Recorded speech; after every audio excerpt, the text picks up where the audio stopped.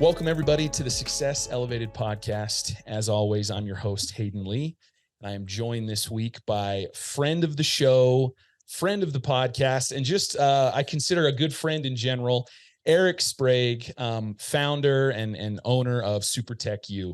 Eric, thanks for coming on the show. Thanks again for all of your episodes and all the insights you've given, but really appreciate you coming on. No, I appreciate the invite, Hayden. I'm waiting for like my monthly column or something, like Eric's Corner, or Eric's something Corner. like that. Well, maybe we ought to. Maybe I'm working. We're going to talk about goals. I'm working towards the goal of being a regular. That's my goal. Deal. That's 100%. We should totally do something where you're, for the listeners that are checking this out, they're getting kind of an insider's look into podcasting, but maybe we'll just have like a monthly Eric's only episode and Eric can just take it from there. No, I'm just kidding. You're like, that's great. I don't have to do any work. I don't have to show up. Just add more to your already very full plate, Eric. Yeah, exactly. Eric alluded to it, but the idea behind today's episode, this episode is going to come out in January. We're talking about goals. Goals are a huge part of everybody's January. At some point during the month of January, I'm sure everybody's talked about New Year's resolutions and what you're doing for the new year. What's going to be different about my 2023 versus 2022? And it's something that's on my mind right now is, both in kind of a personal and professional setting. As I'm sure it is for you as well, Eric. And I wanted to kind of talk a little bit today about why are we fascinated with goals? Why are goals so important?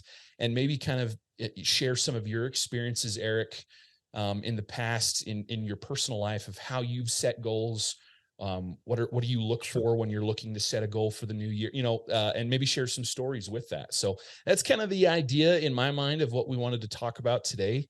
So if you wouldn't mind, Eric, just to kind of kick things off, like why are us as people, as humans, so fascinated with goals and goal setting? Because most people don't reach the goals that they actually have for themselves because they don't understand the planning process and then the consistency required to actually reach those goals. So I think for a lot of us, and look, even the people that are very successful, they may have other goals and other areas of their life other than, say, business that they are failing at or not doing as well as they would like. Right. And so I think it's like the elusive thing for all of us that, like, people who are high performers who want to do well at everything always kind of feel like they're failing. So therefore they're like, I just got to set a better goal, or I need to have a better plan. Or so I think that's my take on why people are so like goal focused, because it can feel elusive. Big time. I think,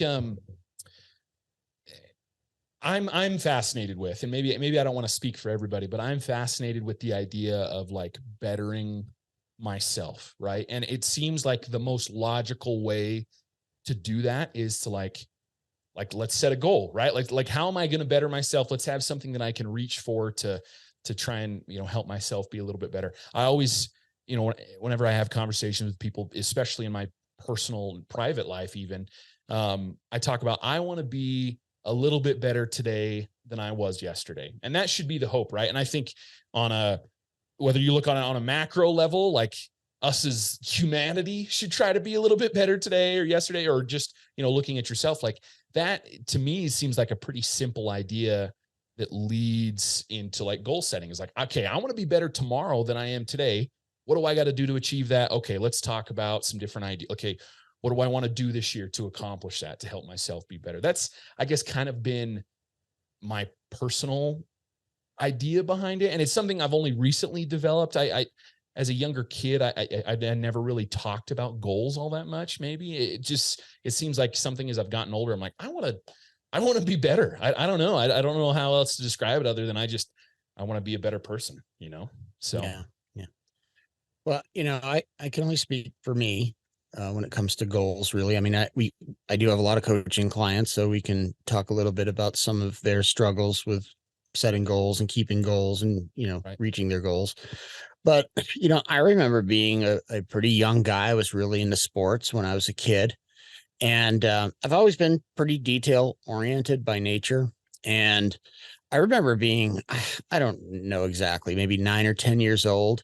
And I really wanted to make the all-star team for Little League, right? Like I thought that would be a pretty cool thing for me.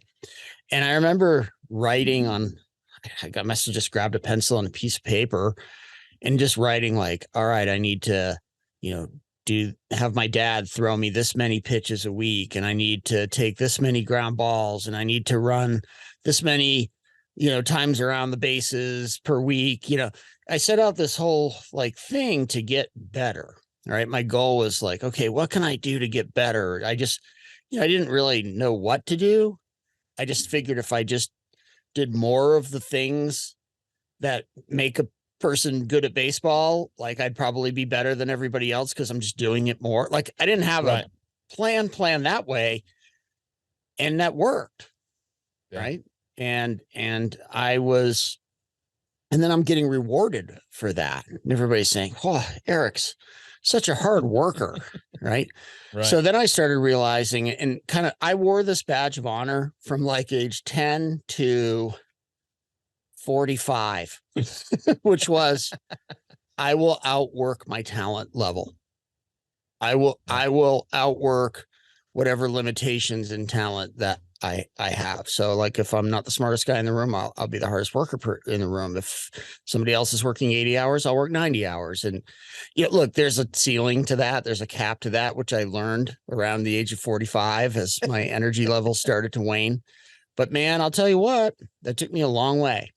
It took me a really long way. And as I got older, I started refining my little 10-year goal setting process. So I've been really doing this for kind of a long time. That's cool.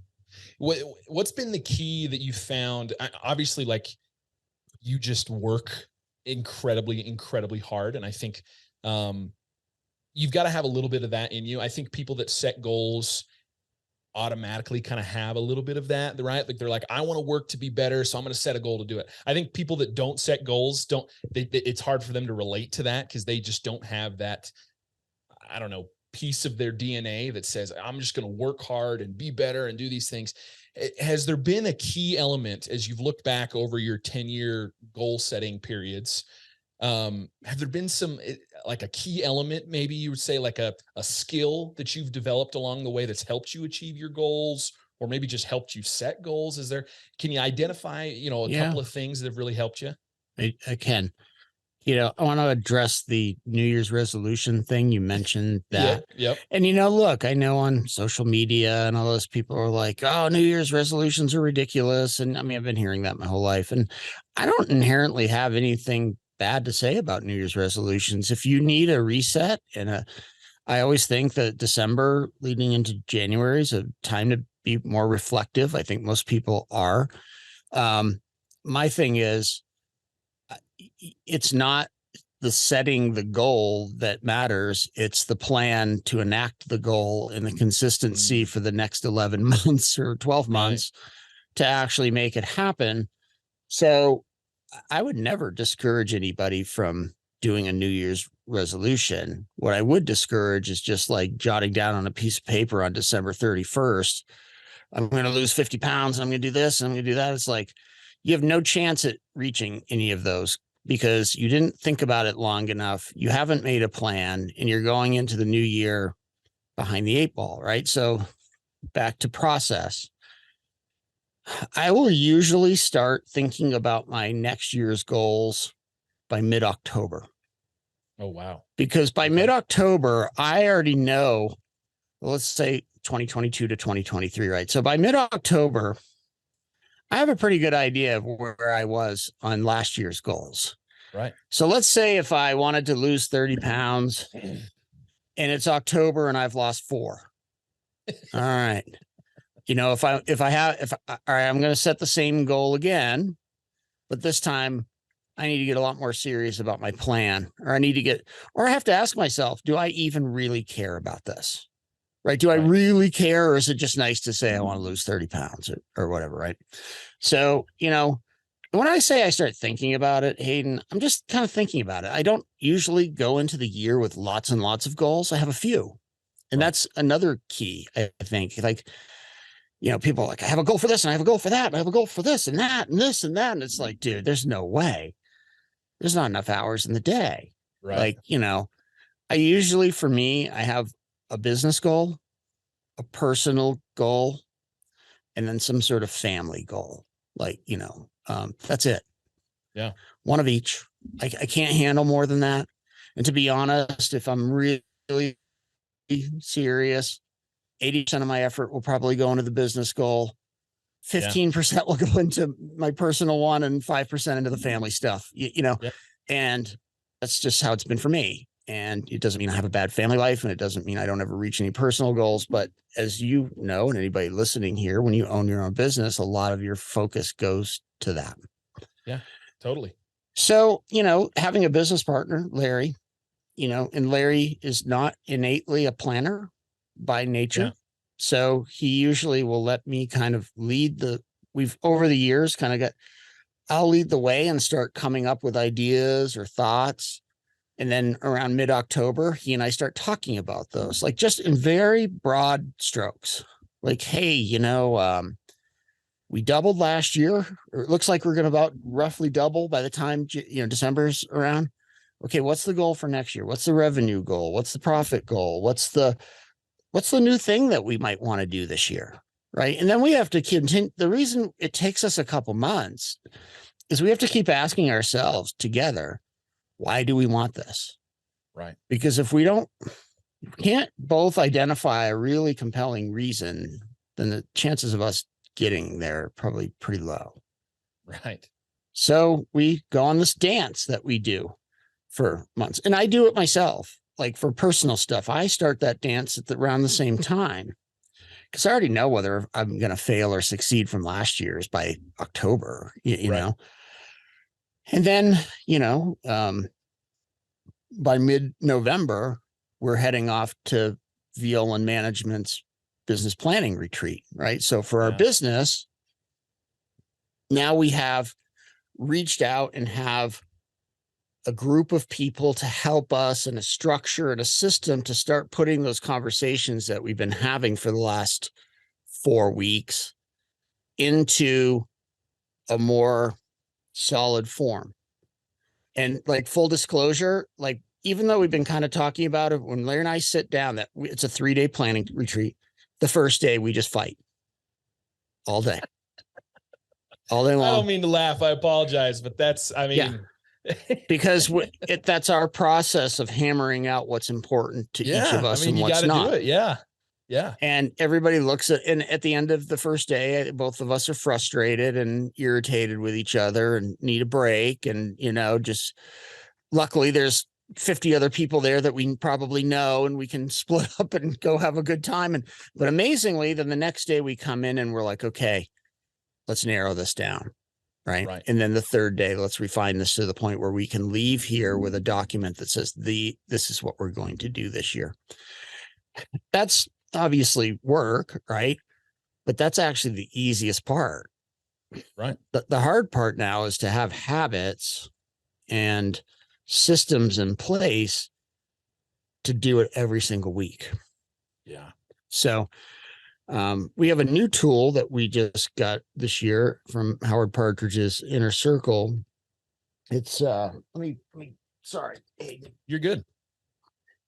Here it is. It's called the Phenomenal Business Growth Planner. And it's a kind of a cool tool. It's a whole 52-week process of a lot of the things that Larry and I do. Like, we're members of the Inner Circle as well as coaches there. And it keeps us on track. It's like Larry and I, when there's 2 people, it's hard to stay on track. So you have to hold each other accountable in a certain amount of meetings every week. And you have to have some sort of document like this planner to keep us on track in our meetings. And look, it's not easy. It's not simple, but I would say to anybody, if there's 2 books about planning that anybody should ever read, and they're not the 2 books most people would probably think, is the first one's Gary Keller's The One Thing. The one thing. In Yep, the concept, the concept in that book is, if you could identify the one problem in your business or your life or whatever that would probably fix or cure most of the things that you're trying to accomplish, you'll get there. And then you spend all of your time, for the most part, working on that one thing. It's the domino effect. If I can tip that one domino down, all the rest fall. All the behind rest it. are taken care of. Yep. 100%. So I think Larry does too. We both reread at least sections of Gary Keller's One Thing every year, right? Love just that. to get steady. And the other one's James Clear's Atomic Habits, because so much of actually reaching the goals that we set is dictated by our habits. I mean, John Maxwell always says, if you show me your daily agenda, I'll tell you if you're going to be successful or not. Yeah. You know, he's like, if you hand me your planner and I look through it for a few minutes, I can tell you where you're going to be in life. Love that. I think if you don't mind, I want to speak a little bit more to that. So I recently just gave a training where we've hired a couple new employees here at Spot On Solutions, and I gave a training about our vision, our mission, and our values. And the vision and the mission here at SOS are very big picture. They're, our vision is to elevate people and businesses. We are driven to elevate people and businesses. Our mission statement is, what kind of a goal associated with that. But our values end up being kind of the day-to-day, how are we going to accomplish those big picture things? Now, they're not necessarily like tasks that you check off, but they're kind of like, Katie calls them, my boss calls them our non-negotiables, right? So like we're going to dream big. We're collaborative. We're honest. Like they're kind of like little things that if you are doing these things every day, if you're dreaming big, if you're honest in your dealings with people around you, if you collaborate with your team members, you're going to eventually accomplish the big things, right? Like the big goals are great, and you could set some big goals, and you've talked about having a plan and a process and having those things along the way, and you've got to have the boxes you've got to check along the way. But I think then having some kind of daily reference of like, okay, I can't accomplish my week goal in one day, but I can remind myself of these. Hey, okay, I'm going to work hard today. I'm going to collaborate with my teammates. I'm going to dream big. I'm going to be honest, right? Like I'm going to do all of these. And if I've done all these things at the end of the day, I've accomplished all I can today. And then tomorrow I'm going to do the same thing tomorrow. I'm going to do all of these things. And, having like a value system in place of like things that are non-negotiable, no matter what, I'm going to be this person. I'm going to do all of these things in a given day. I think having that, as well as obviously having a plan and a big picture goal, I think it's been critical for me to accomplish goals, like having some day-to-day things that I know, okay, if I accomplish this, maybe I haven't knocked my goal out yet, but I've done all I can do today. Having something like that. I don't know if that helps at all with your point, but just to kind of add to that, like having some values. Yeah. I think human beings are fuel, and to feel good about ourselves is we need a couple things. We need hope, the hope that things can get better or be better or, right, improve. And we need some sense of accomplishment. I mean, if you want to see somebody who's depressed, it's usually somebody who, they don't feel like they're winning. They don't feel like they're getting things done. And I know, we all get down at times. And I know if I look at my own life and if I'm down, it means I'm not getting enough done. Yeah. Like I need to, put my head back down, work a little bit, and I generally feel better. Look, I'm not a psychiatrist. I'm not pretending to be one. Right. I understand that. Right. People have real depression, but I mean, Dr. Sprague is in the house. No. But I'm just saying, like all of us, people who aren't, clinically depressed, but just, you get down, you're just like, wow, this is a grind. I'm getting tired, and all of a sudden our motivation starts to go. Usually if we looked back through our planner, we'd be like, I'm kind of floundering. Like I'm not knocking tasks off the list to feel good or whatever.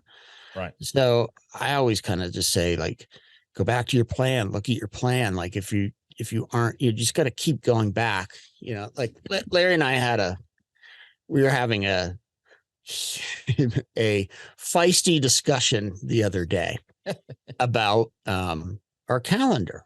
And this shows different mindsets, right? So, Larry kept getting some times wrong on some meetings and stuff. And I'd be like, it's in the calendar. We have a shared calendar. It's in the calendar. It's in the calendar. Right.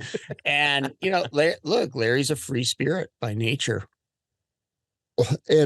For him to go to the calendar frequently that's a real task for him, where I probably look at my calendar 2 to 3 times an hour.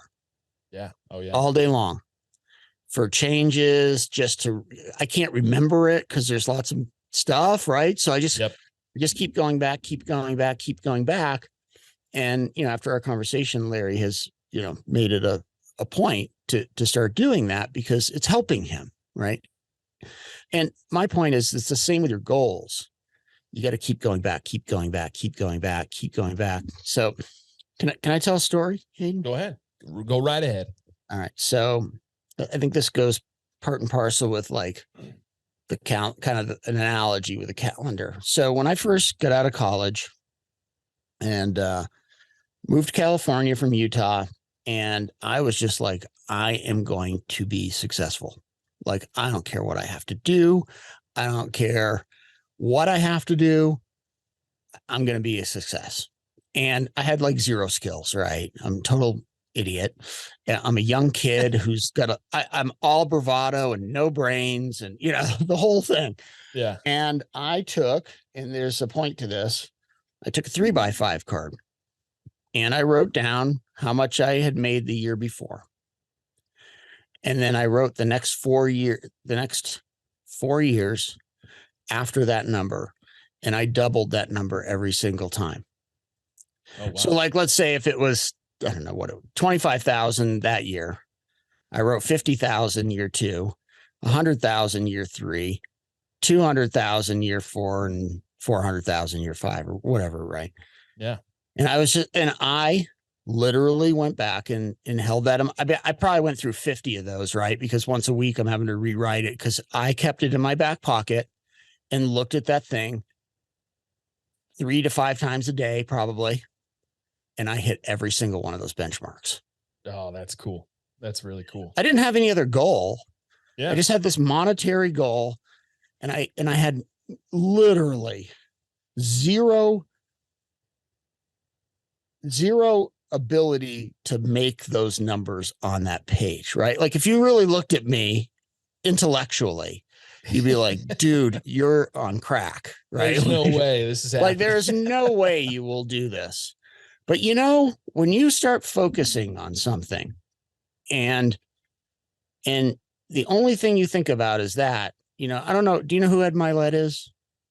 Yes. I've listened to several episodes of his podcast. He's awesome. Yeah. So Ed Milet he talks about the reticular activating system it's called RAS, I guess. And it's a filter. It's like at the top of your spine or something. And it's that filter that it basically creates selective attention, right? So if all of a sudden I say, hey, I want a black F-350 truck, right? Like that's my desire. All of a sudden, when you drive around, all you see is black F-350s where you didn't see that a week ago. Yep. Well, the same goes for any of our goals. So if I keep looking at that piece of paper again and again and again and again and again, my reticular activating system is seeing 50,000, 50,000, 50,000. And I'm going to start, I guess on a subconscious level, I don't know, I'm going to start making moves that are in alignment with me consistently looking at that. I don't know how it works, bro.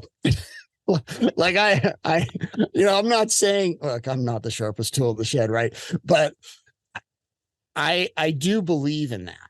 I believe that if you get very clear, and I think that's what Dr. Maxwell's talking about the agenda. If you get really clear about what you want, I mean, I know The Secret, that movie and the book is kind of the same concept. And, when I watched The Secret, I remember thinking, like, I agree with this movie and I totally don't agree with this movie.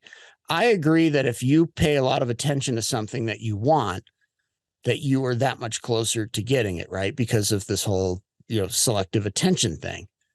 But you have to have a plan and do the work to get it. That's the part they left out to me. Right. But I guess my point is in my goal setting, I have to keep looking at it like daily. And I think a lot of people like write it down on a piece of paper and shove it in a notebook and they never look at it again. And then the next December rolls around and they pull that paper out and they didn't reach any of the goals. Yeah. And they're like, why didn't I reach anything? Goal setting doesn't work. Yeah. Right. No, whatever you want to call it, whether it's positive affirmation or having a vision board or, something along those lines, but looking at your goals every day and being reminded of them. Like I have mine I do 90% of my work via computer. So I have mine like in a document on my desktop of my computer. And it's there every day. I see it. I have my goals there. And I still use like sticky notes and stuff. And my office has got stuff all over it, but there's something to be said. Like, yes, have a plan. Yes, have value systems and have an agenda and a calendar, whatever it might be, but something about just seeing it every day and being reminded of it. I mean, there's power in that. There's you can't see it, but in that. Right off camera, I have a cork board right hanging on the wall right next to my desk. Yep. And I have visual imagery of everything that I want in life. Love it. I look at that at least 3 or 4 times a day, probably, and I mean, a lot of times I just kind of look over and like, okay, yep, there it is. Okay. And I think though, consistently showing that to your mind and then doing the work, it works. I mean, I can't remember, don't quote me on this, but I remember reading like Harvard University did like a 10-year study. And I mean, this is Harvard. This isn't like, local community college. And only 3% of all of the graduates during whatever period it was that they surveyed had consistent written financial goals. And those 3% had 90% of the net worth of all of those classes combined. Oh my gosh. I mean, if that doesn't tell you to start setting goals for whatever, it could be for anything, but it shows you that it keeps you on track. Yeah. Oh man, that's awesome. That's really, really cool. I think that there's 100% something to that. And, I'm not going to sit here and say it's the magic bullet or whatever, right? Like it's not necessarily going to solve all your problems, but having just a daily reminder of, okay, what are your goals, looking at them on a daily basis, seeing that, like, it's just going to make it that much more achievable. So I remember Hayden when I was like 17, laying in my bed in Maine growing up. And I was just like, I was a horrible student, like straight C's. Okay. At best. I used to call it 2-0 and go, because all I had to do is get straight C's to be eligible for sports. And that's all I cared about. Right? 2.0. Yep. 2-0 and go. But I remember laying in bed and, look, school, if you're not a great student, it can be a demoralizing thing because you've got the teachers telling, your parents that you're a knucklehead and that, you have other people telling you you're never going to amount to anything and all that. And I used to lay there in bed. I say 17 because that's probably the heart of like that time when I was really feeling not good about myself, academically. Yeah. And I was just like, I'm going to show everybody, like, I am going to do something with my life. I don't know what, I don't know how. And I wrote out this thing, and I'll show the camera. And this is next to my desk. I see it all day.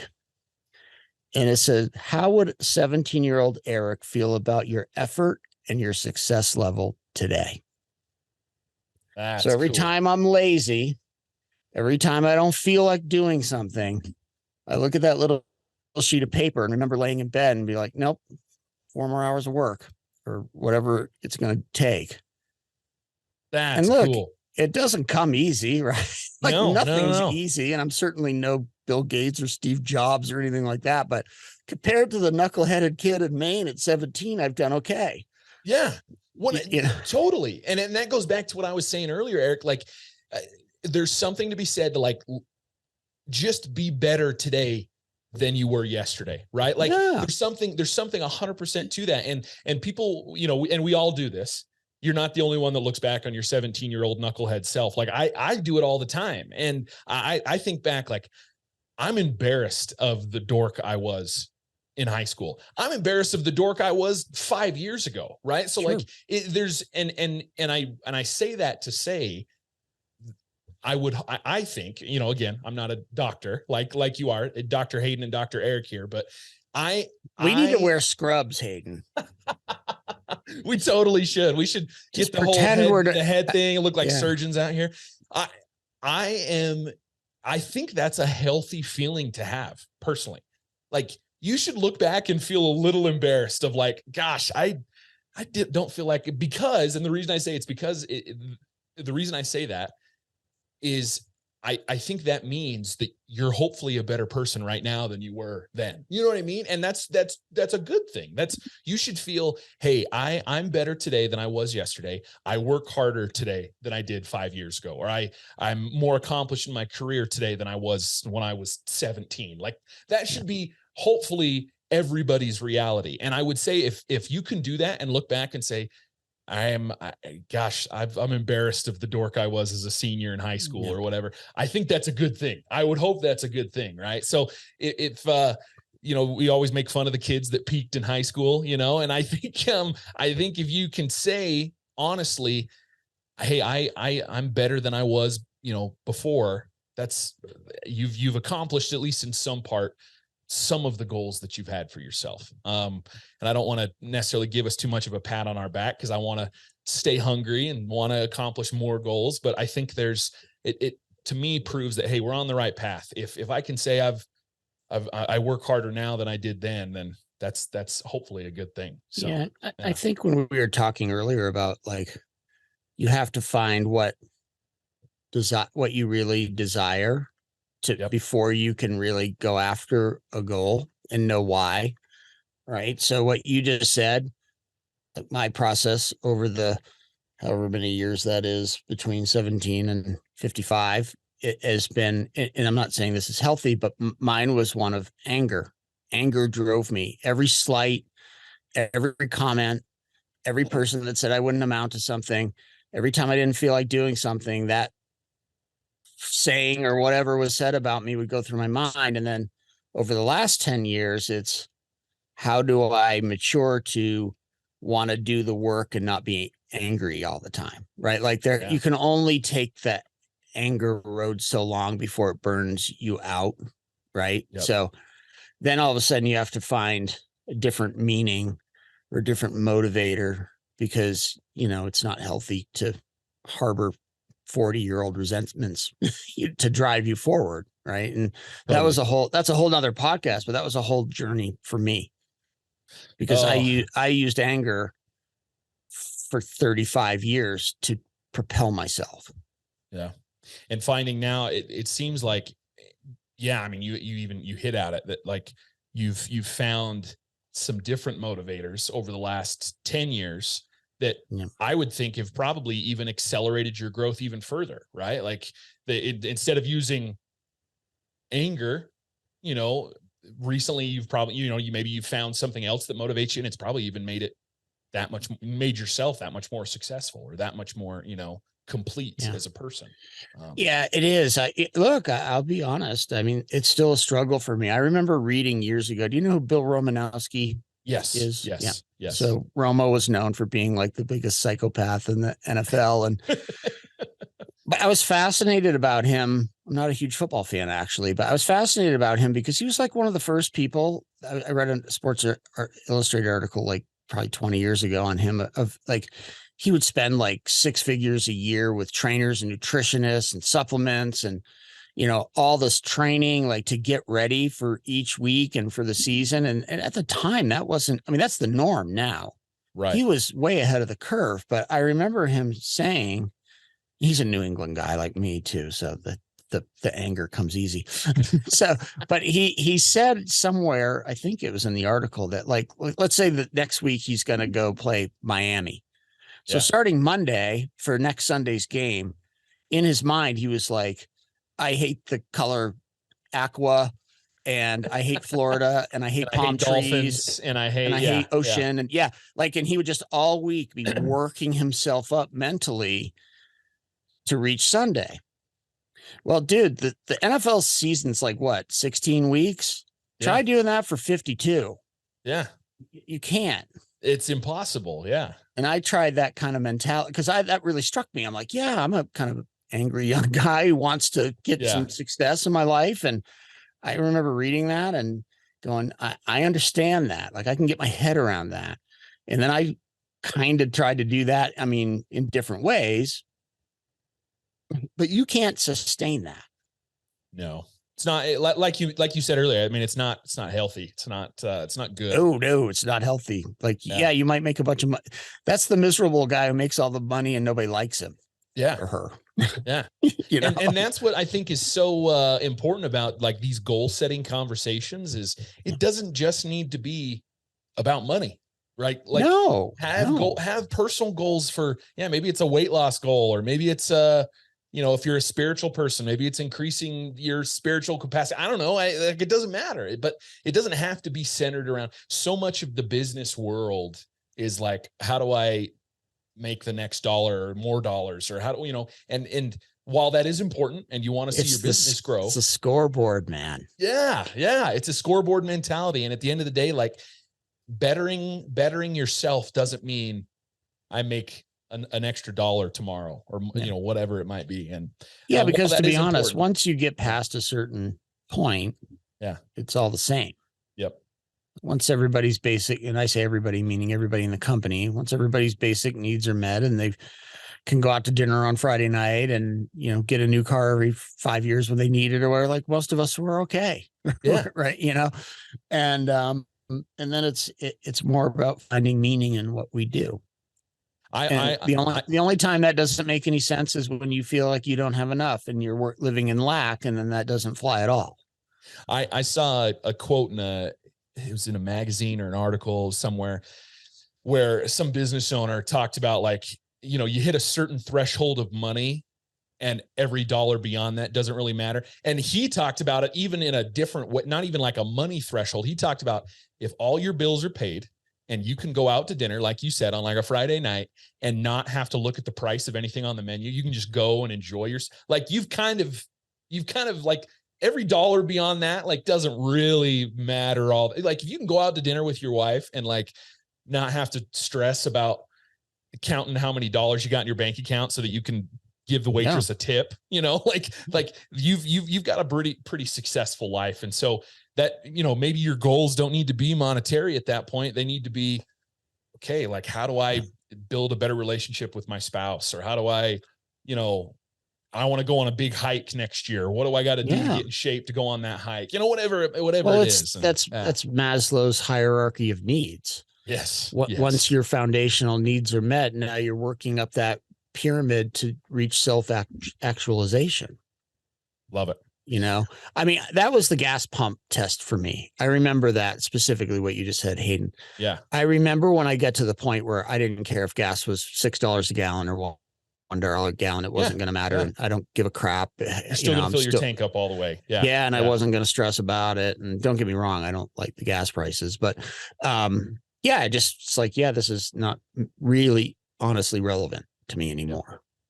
And that was like a big deal because for many years it was like, I'll put $4 in.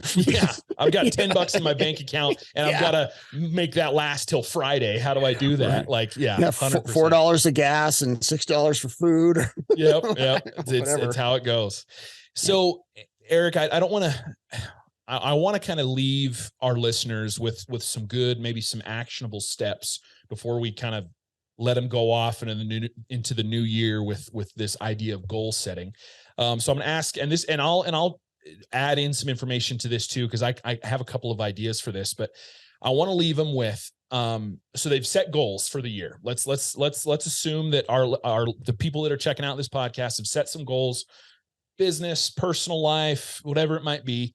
You talked about making a plan. What are some things that you think should be a part of their plan for 2023 to accomplish those goals? Do you have a couple of things maybe right off the top of your head that you feel like you've got to have these in your plan to accomplish your goals? Yeah. Well, can I work backwards real quick? Yep. Go ahead. So I tell every coaching client this, and we kind of work on this together. So I kind of use like a 4-point process. Love it. So the first thing is to dream, right? You've got to sit down. I actually like people to try to illustrate it somehow, like draw it out. Michael Gerber does the dream vision board that he has people paint and all that. And yeah, I think there's something to that, right? So you have to afford yourself the ability to just dream, right? There's no boundaries put on this. Like, don't be realistic. We'll work on that later. Just dream. Yeah. And then, okay, now we've dreamt.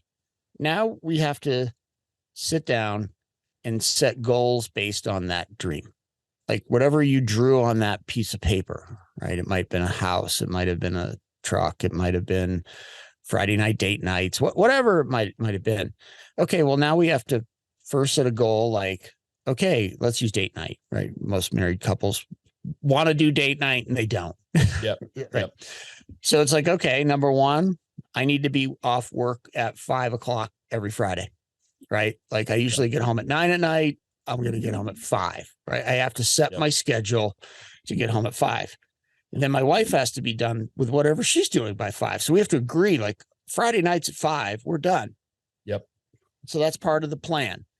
And then I have to make sure I'm setting aside enough money to do whatever we were going to do, whether it's go to the movies or like, I got to kind of figure out like, well, how much will date night cost us for 52 weeks a year, 50 weeks a year or whatever. Right. So I have a monetary component. And then if I have younger kids, I have to line up a sitter for every Friday night from 5 to 9. Right. Like, so there's logistics that go with that goal. Right. So now I'm saying, now that you have this goal of doing 52 date nights in a year, we have to work at all the things that we need to know have to happen for this to work. And then from that, we're going to make a plan that, we're not going to, I don't know, buy this or that or the other. We're going to save that money and apply it to date night in our budget. And we're going to find not only a babysitter that we use all the time, but 1 or 2 backups in case that person can't do it. Yep. And we're just going to work that plan. Right. And then we're going to start doing that plan, and it's written. Like I tell everybody, you've got to get this in writing. And ideally, I mean, my process is Sunday nights. Every Sunday night for 2 hours, I am going back through my next week. Right. I'm going into Monday ready for what's going to happen to me. And is the week going to go exactly how I wrote it out in my plan? Nope. But as you know, I think it was Eisenhower said, the most important thing is, in warfare is planning. And once you get into actual battle, the plan goes out the window. But the most important thing in war is planning, right? Yeah. Like it sets the stage for at least dealing with whatever happens. And then you have to review and change as needed. Love it. Like maybe that babysitter's not working out. We got to find a new babysitter. Maybe 5 o'clock's not doable, but 7 o'clock is. Like you have to give yourself some grace. Yeah. Oh yeah. And one of the things, I'm not a morning person, and I got up early for years in the restoration industry. And after I sold, I was like, I'm never getting up early again. So for the last few years, I get up at 9. No, I work till like 10 or 11 at night. Right. But I get up at 9. But I realized this year in that October time, I'll use myself as an example. I'm like, I've never been successful getting up at 9 at any of the other stuff I've done. Yeah. Right. Yeah. So I need to go back, like to really get this year Larry and I set a goal to triple our business this year. We doubled last year. We want to triple this year. And I'm like, all right, I got to start getting up at 6. Like it's time to double down. but I'm what, 4 days in, 4 days in, 4 days in. And I recognized, because I have a lot of coaching clients that I do at night, because a lot of my guys are on the truck all day. Yeah. And I'm realizing that 6 is not doable for me. Yeah, like 14, I'm only 1 week in. 14-hour days is not. Yeah. Well, yeah, so it's like, okay, I'll get up at 7 or 7:30, right? I'm trying to dial in, like, what is the time that I sleep to, that I'm still getting up way, earlier than 9, so I can get another 1.5 to 2 hours of work in a day. But what is reasonable that's sustainable? Because that's the other thing, Hayden. Like, we talked about making a plan, working the plan, and reviewing the plan. Everybody can do anything for 2 weeks. Can you do it for 52? Yeah. I mean, I was at the gym yesterday about pulling my hair out. I'm at the gym every week all year long, right? And, for the first 3 weeks of January, for people who go all the time, it's the worst, because that's when everybody decided they're going to do it, and by February they're gone. Yeah, it's super right busy. Because and I think the reason is they go in so hard. I'm going every day for 2 hours, and it's like, go 3 days a week for 30 minutes and try to maintain that all year. Yeah. It's the consistency that matters. And that's a big thing from the book Atomic Habits. It's just finding things that will push the needle forward, that are easy enough to do over and over. So it's like brushing your teeth and you don't have to think about it. Love it. Yeah. Love that. Eric, I want to add just a couple of things, because I think you've hit it, virtually everything that I want to say. The biggest thing that I think, or it's 2 things, I guess. When you're making your plan for the year, and people will set goals, and like you've said, at the beginning when we first started talking, people will set a goal. They want to lose, weight loss is a simple one, because we're all trying to do it, I feel like, in some way or another. But like, they want to lose 30 pounds this year, and they don't have like any kind of checkpoints along the way. I've found with goal setting that, like, it's so crucial. Like, okay, you have a yearly goal, or maybe you break it down into 6 months. You've got a big 6-month goal or a quarterly goal. Break that goal down into chunks and find a way. So if you want to lose 30 pounds in 6 months, okay, that means, you've got to lose 2.5 pounds a month. Yeah. You've got to do that, right? So like, okay, so this month I've got to lose my 2.5 pounds. And that means I'm going to try and accomplish I'm going to get my 30 minutes of activity in every day. I'm going to eat a little bit better, whatever. You've got to have those daily things, but break it down into chunks. I think we set these huge goals, and then we go, oh my gosh, they're too big. What did I do? This is crazy. And if you break it down into chunks, it's going to make it so much more. You could even do that further. It's like, that's 0.5 pound a week. Right. Yeah. There you go. Like it just, that doesn't seem so hard. No, not at all. Not at all. Right. Like if that's all you're thinking about, then you're like, oh man, 0.5 pound a week seems like cake. 30 pounds in a year. I mean, that seems like so much, but 0.5 pound a week, I can do that. Right. The other thing that I wanted to hit at right before we let everybody go, I wanted to hit it, just kind of this last thing. Goal setting, in my experience, should scare you a little bit. Goal setting should be uncomfortable. I think people in this day and age, we set goals that we know we're going to accomplish. We set goals that we're just like, oh yeah, I'm going to knock that out in the first week of the year, and then I'm just going to coast, like your goals for whether it's the year, the month, whatever your time frame is, they should push you. They should make you stretch. It should be scary. I think I agree. People don't like to feel scared. And so they set these goals that they know they're going to accomplish. No big deal. We're going to knock it out of the park, whatever. Goal setting you should come out of that goal setting period or time, or, we just came out of our quarterly planning, and I came out of that meeting and I was exhausted, and I was a little like, man, this is going to be a crazy year, and you should feel that way. In my opinion, that's healthy. Like, it should scare you a little bit. So I would want, however many, I don't know how many listeners we've got checking, still listening right now, but for those of you that are still here, goal setting should scare you a little bit. It doesn't have to, don't let it overwhelm you, but it should stretch you. It should make you feel a little uncomfortable, because at the end of the day, you're never going to grow if you don't get outside your comfort zone a little bit. And for me, that's what I found is like a crucial part of this whole process, goals and planning and all this.